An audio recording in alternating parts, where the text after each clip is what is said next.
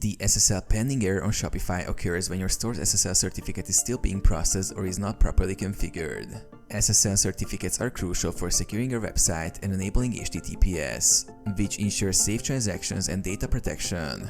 Here's how to fix the SSL pending error. Wait for the SSL certificate to propagate. SSL certificates typically take 24 to 48 hours to fully propagate. If you recently added a domain or made changes, wait for the process to complete. Check your DNS settings. Verify that your domain's DNS settings are correct.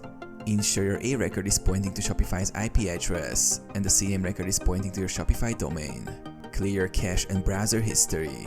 Sometimes the error persists due to cache data in your browser. Clear your browser cache and try accessing your store again. Verify domain ownership. Ensure that your domain is correctly connected to Shopify. In your Shopify admin, go to Online Store, Domains and verify the connection status of your domain. Contact Shopify support. If the issue persists after waiting and verifying your DNS settings, contact Shopify support. They can assist in resolving SSL related issues.